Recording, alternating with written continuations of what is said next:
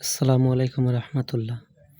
আমরা অনেক সময় দেখে থাকি ইউটিউব এবং ফেসবুকের মধ্যে অনেক ইসলামিক ভিডিও আছে।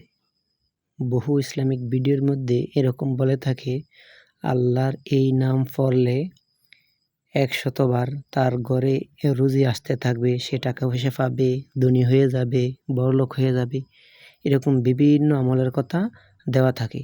ওই আমলের ভিডিও অনেকে শুনে এবং দেখে এবং ডাউনলোড করে মোবাইলও রেখে নিয়মিত আমল করে, কিন্তু কোনো ফলাফল হয় না।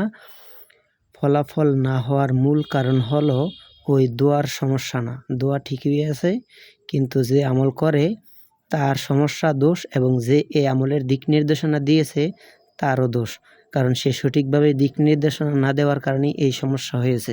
যেমন প্রত্যেক আমলের ধারাবাহিকতা ভিন্ন ভিন্ন, দোয়াও ভিন্ন ভিন্ন, কিন্তু সমস্ত আমলকারীকে এই নিয়মগুলি অবশ্যই পালন করতে হবে। এই নিয়মগুলি ফলো কেউ যদি না করে, তাহলে সে যেই কোনো আমল করবে ওই আমলে তার ফলাফল হবে না, কাজ হবে না।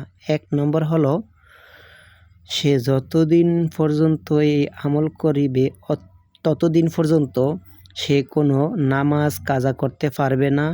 মোবাইল টিপে গেম খেলা, মুভি দেখা, নাটক দেখা এইগুলি করতে পারবে না। অশ্লীল ফাহিশা কাজকর্ম চিন্তাভাবনা থেকে বিরত থাকতে হবে। যতদিন পর্যন্ত সে এই ধরনের আমল করতে থাকবে ততদিন পর্যন্ত সে কারো মনে কষ্ট দিতে পারবে না।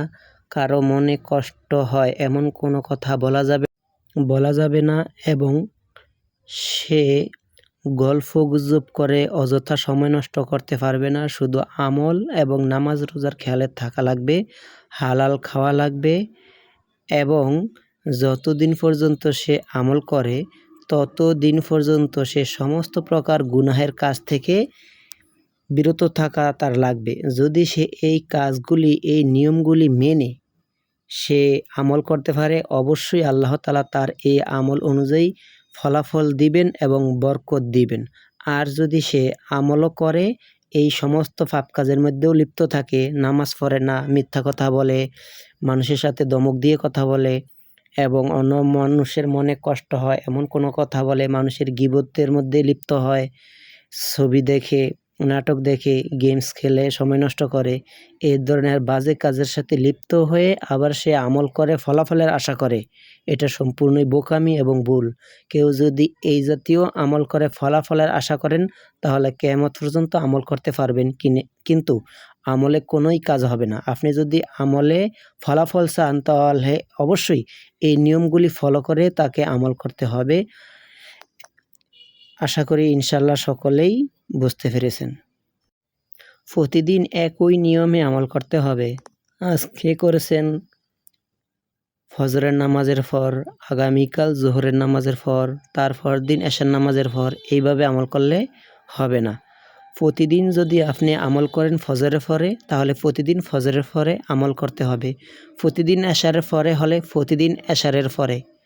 এইভাবে আমল করলে অবশ্যই ইনশাআল্লাহ আল্লাহ তাআলা আপনাকে ফলাফল দিবেন, এবং সম্পূর্ণ আল্লাহ তাআলার প্রতি ধ্যান ধারণা বিশ্বাস রেখে আমলগুলি করতে হবে, এবং খাঁটি তওবা করে আমল করতে হবে। আপনি আমলও করবেন, অন্যান্য গুনার কাজে লিপ্ত থাকবেন, এবং একজন থেকে টাকা হাওলাত এনেছেন, ঋণ এনেছেন, তার টাকা দেওয়ার ইচ্ছা আপনার মনের মধ্যে নাই। আপনার মনে ইচ্ছা হলো সুযোগ পেলেই তার টাকাটা আমি মেরে দেব। সে তার কাছ থেকে বাকি এনেছি দোয়ানদারের কাছ থেকে, এখন তো সে তার মনে আছে 6 মাস অথবা 1 বছর ঘুরিয়ে টাকা দিলে হয়তো তার মনে থাকবে না। এইরকম চিন্তাভাবনা নিয়ে আমল করলে 1000 বছর আমল করলেও কোনোই লাভ হবে না। সব সময় ওযুর সাথে থাকতে হবে। বেওযু অবস্থায় থাকা যাবে না, নাপাক অবস্থায় থাকা যাবে না।